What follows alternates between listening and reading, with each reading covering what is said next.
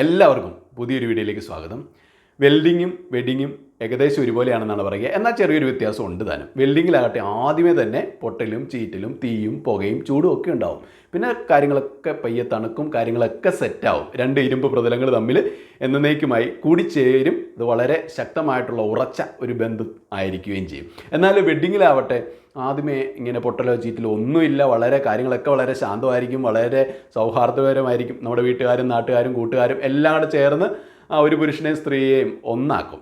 അപ്പോൾ ഒന്നാവുമ്പോൾ ഒരു പ്രശ്നവുമില്ല. പക്ഷെ അത് കഴിഞ്ഞ് ജീവിതത്തിലേക്ക് കിടന്ന് കുറച്ച് കഴിയുമ്പോഴത്തേക്കും അവിടെ പൊട്ടലുണ്ട്, ചീറ്റലുണ്ട്, തീയുണ്ട്, പുകയുണ്ട്, ചൂടുണ്ട്, ആകെപ്പാടെ ബഹളമയമായി പ്രശ്നങ്ങളായി. അപ്പോൾ വിവാഹ ജീവിതത്തിൽ ഇതാണ് അവസ്ഥയെങ്കിൽ വിവാഹത്തിന് മുമ്പുള്ള സ്നേഹബന്ധങ്ങളുടെ അവസ്ഥ പറയാനില്ല. ഒരുപാട് പ്രശ്നങ്ങൾ ഉണ്ടാവുന്നത് കണ്ടിട്ടുണ്ട്. അപ്പോൾ പലരും നമ്മളെ അവഗണിക്കാറുണ്ട്, അതിൻ്റെ വേദന പേറി ജീവിക്കുന്നവരുണ്ട്, ഡിപ്രഷനിലായി പോകുന്നുണ്ട്. അപ്പോൾ അങ്ങനെയാണെങ്കിൽ മറ്റുള്ളവരുടെ മുൻപിൽ നമ്മുടെ വാല്യൂ വർദ്ധിപ്പിക്കുന്ന, എല്ലാവരുടെയും മുൻപിൽ നമ്മുടെ വില കൂട്ടുന്ന, നമ്മുടെ മൂല്യം വർദ്ധിപ്പിക്കുന്ന, മറ്റുള്ളവരെ നമ്മളെ കൂടുതലായിട്ട് അട്രാക്റ്റ് ചെയ്യുന്ന രീതിയിലുള്ള, നമ്മളെ അവഗണിച്ചവരെ പോലും മാറ്റി ചിന്തിക്കുന്ന രീതിയിലുള്ള 5 കാര്യങ്ങളാണ് നമ്മൾ പറയാൻ പോകുന്നത്. അപ്പോൾ ഒന്നാമത് theory of survival and theory of abundance follow ചെയ്യുക എന്നുള്ളതാണ്. അതായത് നിങ്ങൾ സ്നേഹിക്കുന്ന ആ വ്യക്തി നിങ്ങളെ ഉപേക്ഷിച്ച് പോയാലും നിങ്ങൾക്ക് വെറും പുല്ലാണ് എന്നുള്ള ആ ആറ്റിറ്റ്യൂഡ് എന്ന് നിങ്ങളുടെ മനസ്സിലുണ്ടാകുന്നുവോ അന്ന് തൊട്ട് മറ്റേ ആ ഓപ്പോസിറ്റ് വ്യക്തിക്ക് നിങ്ങളുടെ മേലുള്ള എല്ലാ അധികാരങ്ങളും എല്ലാ സ്വാധീനങ്ങളും അവരുടെ ഭരണവും ഒക്കെ അവസാനിക്കുന്നതാണ്. അപ്പോൾ നമ്മളാണ് നമ്മളെ ഭരിക്കാനായിട്ട് വിട്ടുകൊടുക്കുന്നത്.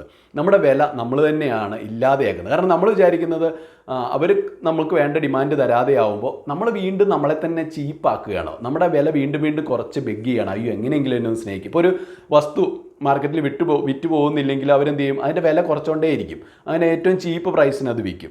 അപ്പോൾ ആ വസ്തുവിന് ഒരിക്കലും വില ഉണ്ടാവുകയില്ല. എന്നാൽ ഇതേ വസ്തു തന്നെ നമ്മൾ ചീപ്പറാകുമെന്ന് വിചാരിക്കുന്ന പല വസ്തുവും ശരിക്കും നല്ല ക്വാളിറ്റി ഉള്ളതായിരിക്കും. അപ്പോൾ അതിൻ്റെ ക്വാളിറ്റി അറിഞ്ഞുകൊണ്ട് അതിന് ചില മോഡിഫിക്കേഷൻസ് ഒക്കെ വരുത്തി കഴിഞ്ഞാൽ അത് ഇപ്പോൾ ഉള്ള വിലയുടെ ഇരട്ടി വിലയ്ക്ക് ചിലപ്പോൾ വിറ്റ് പോകുന്നൊരു വസ്തുവായിട്ട് മാറും. അതുപോലെ തന്നെ നമ്മൾ നമ്മുടെ വില ആർക്ക് വേണ്ടിയിട്ടും കുറയ്ക്കരുത്. കുറച്ച് കഴിയുമ്പോഴത്തേക്ക് അവർക്ക് അവർ പിന്നെ നമുക്ക് ഒരു പുല്ല് വില, നമ്മൾ തന്നെ നമുക്ക് വില നൽകുന്നില്ലേ, അവർ പിന്നെ നമുക്ക് വില നൽകുമോ? അപ്പോൾ അതുകൊണ്ട് നമ്മുടെ ആ വില വാല്യൂ തിരിച്ചറിയുക. അവർ പോയാൽ പോട്ടെ. അപ്പോൾ അവിടെയാണ് നമ്മൾ തിയറി ഓഫ് അബണ്ടൻസ് ഫോളോ ചെയ്യേണ്ടത്. അതായത് ഒരാൾ പോയാൽ അയാളെ കഴിഞ്ഞും 10 ഇരട്ടി നല്ല ആളെ നമുക്ക് കിട്ടും എന്നുള്ളതാണ്. കാരണം ഈ ലോകത്തിൽ കോടിക്കണക്കിന് ആളുകളുണ്ട് ഓപ്പോസിറ്റ് ജെൻഡറിൽപ്പെട്ടവർ.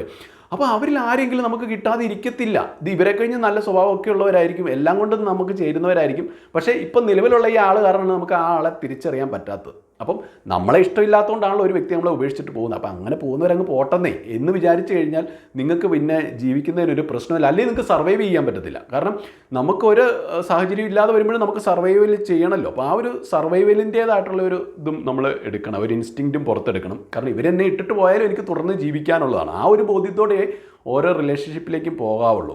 ഈ റിലേഷൻഷിപ്പ് ഒരു 90% പൊട്ടാൻ തന്നെയാണ് ചാൻസ്. 10% പോലും വിജയിക്കാൻ ചാൻസ് ഇല്ല. അതാണ് നമ്മൾ ഓരോ റിലേഷൻഷിപ്പിൽ ഏർപ്പെടുമ്പോൾ ആദ്യമേ ഓർത്ത് വെക്കേണ്ട ഒരു കാര്യം. അതുകൊണ്ട് തന്നെ പൊട്ടിയാലും സർവൈവ് ചെയ്യാൻ നമ്മൾ റെഡി ആയിരിക്കണം എന്നുള്ളതാണ്. അപ്പോൾ നമ്മൾ ഒരിക്കലും ഡിപ്രഷനിലേക്ക് പോവില്ല. അപ്പോൾ സ്വന്തം ആത്മാഭിമാനം പണയപ്പെടുത്താത്ത വ്യക്തിയാണ് അട്രാക്റ്റീവായിട്ട് മറ്റുള്ളവരുടെ കണ്ണിൽ പ്രത്യക്ഷപ്പെടുക. പ്രത്യേകിച്ച് സ്ത്രീകൾക്കും പെൺകുട്ടികൾക്കും ഒക്കെ അവരുടെ പിന്നാലെ ഇങ്ങനെ ബെഗ് ചെയ്ത് നടക്കുന്നവരെ കഴിഞ്ഞും ഇഷ്ടം ഇവർ ഞങ്ങളെ തിരിച്ച് സ്നേഹിച്ചില്ലെങ്കിലും ഞങ്ങൾക്ക് പുല്ലാണ് എന്ന് ആ ഒരു ആറ്റിറ്റ്യൂഡുള്ള പുരുഷനോടാണ് അവർക്ക് പോലും ഒരു അട്രാക്ഷൻ തോന്നുന്നത്. ഇനി രണ്ടാമത്തെ നമ്മുടെ വാല്യൂവും അട്രാക്റ്റീവ്നെസ്സും ഒക്കെ മറ്റുള്ളവരുടെ മുൻപിൽ 10 ഇരട്ടി വർദ്ധിപ്പിക്കുന്ന ഒരു അഡാർ ഐറ്റമാണ് മറ്റൊന്നുമല്ല ഹ്യൂമർ സെൻസ് ആൻഡ് പ്ലേഫുൾനെസ് എന്നുള്ളതാണ്.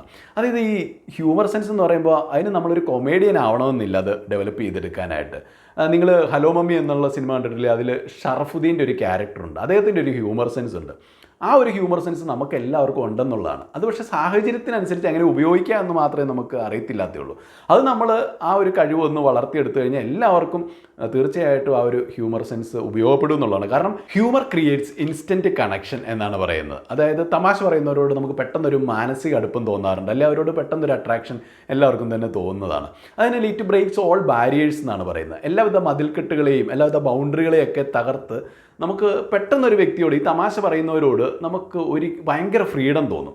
നമ്മൾ ശ്രദ്ധിച്ചിട്ടുണ്ടേ അറിയാം. ഇപ്പോൾ ഈ ക്ലാസ് എടുക്കുന്നവരെ കണ്ടിട്ടില്ല. അതിപ്പോൾ മോട്ടിവേഷൻ ക്ലാസ് ആയിക്കൊള്ളട്ടെ, അല്ലെങ്കിൽ കോളേജിലോ സ്കൂളിലോ അല്ലെങ്കിൽ മുതിർന്നവർക്കുള്ള ക്ലാസ്സോ എന്തും ആയിക്കൊള്ളട്ടെ, വളരെ ബോറിംഗ് ആയിട്ടുള്ളൊരു ക്ലാസ് ആണെങ്കിലും ആ ഒരു ക്ലാസ് തമാശ ചേർത്ത് പറയുന്നവരെ അവരെ എല്ലാവരും ശ്രദ്ധിക്കും എന്നുള്ളതാണ്.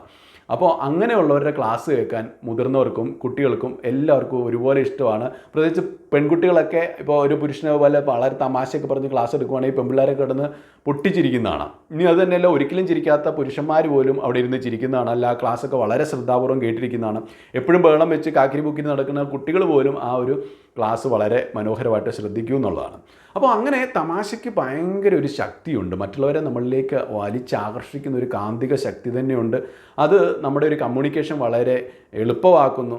അപ്പോൾ അങ്ങനെ ഇത്രയും അത് തന്നെയല്ല, നമ്മുടെ ഒരു പ്രതിസന്ധി ഘട്ടങ്ങളിൽ ഈ ഒരു അതൊക്കെ വളരെ ലൈറ്റ് ഹാർട്ടഡ് ആയിട്ട് അതിനെ നേരിടണമെങ്കിൽ ഇത്രയും നല്ലൊരു ഹ്യൂമർ സെൻസ് വേണം. അപ്പോൾ അതുകൊണ്ട് തന്നെ അങ്ങനെ ഉള്ള ഒരു ഹ്യൂമർ സെൻസ് വളർത്തിയെടുക്കുകയാണ്. ഇപ്പോൾ മറ്റുള്ളവർ നമ്മളെ അവഗണിച്ചിട്ട് പോയാൽ പോലും, നമ്മൾ സ്നേഹിക്കുന്നവർ നമ്മളെ അവഗണിച്ചിട്ട് പോകത്തില്ല, ഇങ്ങനൊരു ഗുണമുണ്ടെങ്കിൽ. ഇനി അങ്ങനെ അവഗണിച്ചിട്ട് പോയാൽ പോലും കുറച്ച് കഴിയുമ്പോൾ ഒരു ഓർക്കും, അയ്യോ ആ വ്യക്തിയായിരുന്നെങ്കിൽ എൻ്റെ സ്ട്രെസ്ഫുൾ സിറ്റുവേഷനെയൊക്കെ എത്ര നല്ല രീതിയിൽ മാനേജ് ചെയ്തേനെ, എത്ര ലൈറ്റായിട്ട് അത് എന്നെ ആ ഒരു അവസ്ഥയിലും ആ ഒരു പ്രതികൂല ഘട്ടത്തിലും എന്നെ ചിരിപ്പിച്ചേനെ, എനിക്ക് എൻ്റെ പ്രതിസന്ധി ഘട്ടങ്ങളിലും ദുഃഖങ്ങളിലൊക്കെ ആശ്വാസം പകർന്നേനെ, എന്നെ ചിരിപ്പിച്ചേനെ എന്നൊക്കെ ഓർക്കുമ്പോൾ അവർക്ക് നമ്മളോടുള്ള സ്നേഹം കൂടും. അതിനല്ല, തങ്ങളെ ചിരിപ്പിക്കുന്ന പുരുഷന്മാരെയൊക്കെ സ്ത്രീകൾ ഒരിക്കലും മറക്കത്തില്ല എന്നുള്ളതാണ്. അത് അവരുടെ കൂട്ടത്തിലായിരിക്കാനായിട്ട് അവരിഷ്ടപ്പെടും.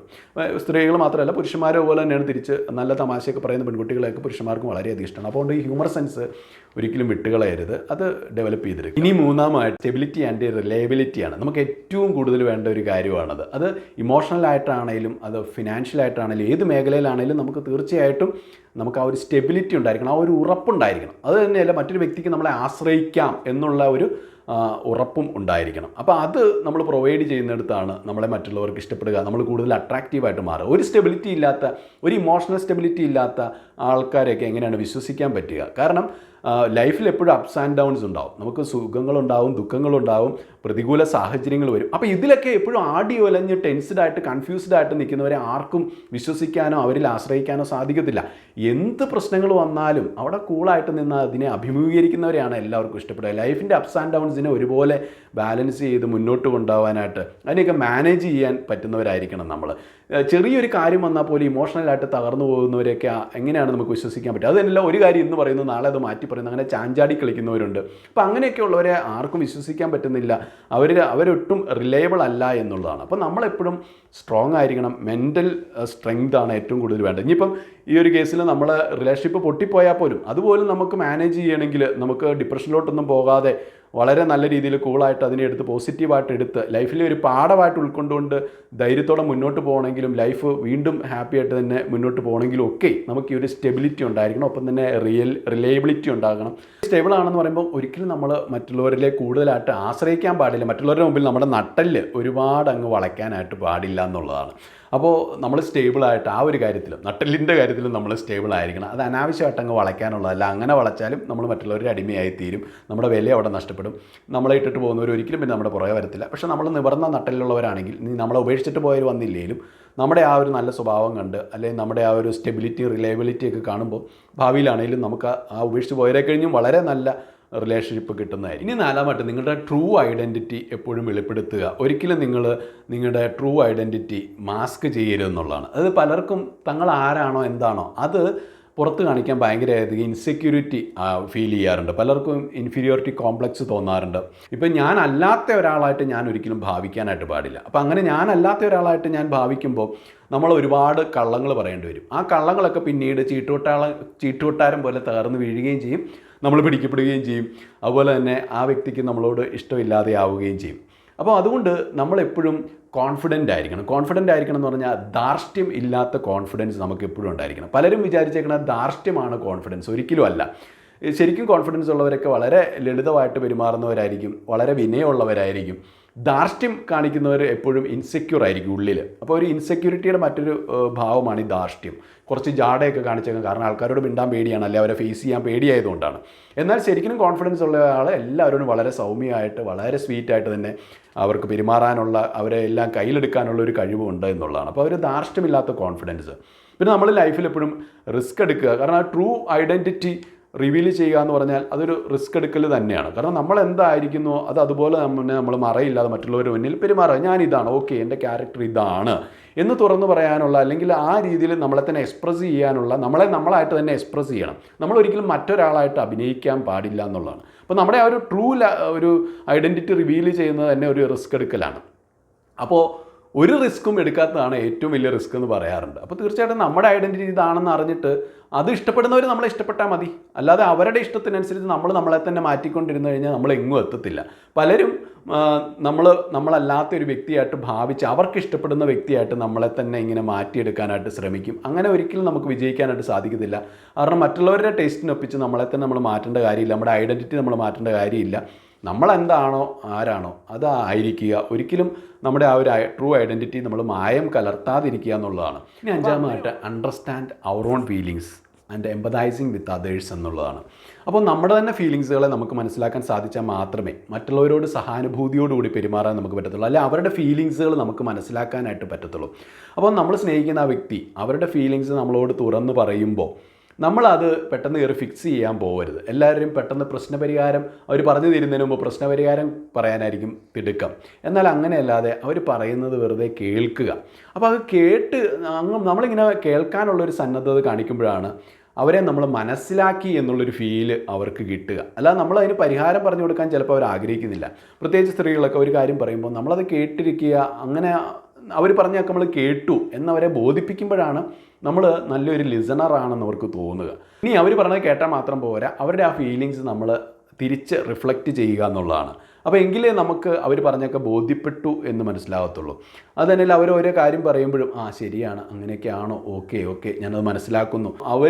അവർക്ക് ഫീൽ ചെയ്യുന്ന അതേ കാര്യം നമുക്ക് ഫീൽ ചെയ്യുന്നുണ്ട് എന്ന് ബോധ്യപ്പെടണമെങ്കിൽ ആ രീതിയിൽ പറയണം. അപ്പോൾ അങ്ങനെ നമ്മൾ നല്ലൊരു ലിസണറായി കഴിയുമ്പോൾ അവരുടെ ഫീലിങ്സൊക്കെ നമ്മൾ മനസ്സിലാക്കുന്നുണ്ട് എന്ന് ബോധ്യപ്പെട്ട് കഴിയുമ്പോൾ അങ്ങനെ ഒരു വ്യക്തിയെ ഒരിക്കലും ആർക്കും ഉപേക്ഷിച്ചിട്ട് പോകാൻ പറ്റത്തില്ല. അതിനെല്ലാം വളരെ അട്രാക്റ്റീവ് ആയിട്ടുള്ളൊരു കാര്യമാണ് മറ്റൊരാൾ പറയുന്ന കാര്യങ്ങളൊക്കെ കേട്ടിരിക്കുക എന്നുള്ളത്. നമ്മൾ ആ രീതിയിൽ മറ്റു വ്യക്തിയെ ശ്രവിക്കുമ്പോൾ ആ വ്യക്തിക്ക് നമ്മളായിരിക്കും ഏറ്റവും വലിയൊരു കംഫോർട്ട് സോൺ. നമ്മളോടെല്ലാം ഹൃദയം തുറക്കുന്നതായിരിക്കും ആ വ്യക്തിയുടെ വലിയൊരു ആനന്ദദായകമായിട്ടുള്ള നിമിഷം. അതുകൊണ്ട് നമ്മളെ ഇട്ടിട്ട് പോയാൽ പോലും ഭാവിയിൽ അവർ ഓർക്കും ഈ വ്യക്തി തന്നെയായിരുന്നു എന്നെ ഏറ്റവും നല്ല രീതിയിൽ കേൾക്കുന്നത്, മനസ്സിലാക്കുന്നത്. അപ്പോൾ അതുകൊണ്ട് അവരെന്താണെങ്കിലും ആ ഒരു ക്യാരക്ടർ കൊണ്ട് തന്നെ അവർ തിരിച്ചു വരും എന്നുള്ളതാണ്.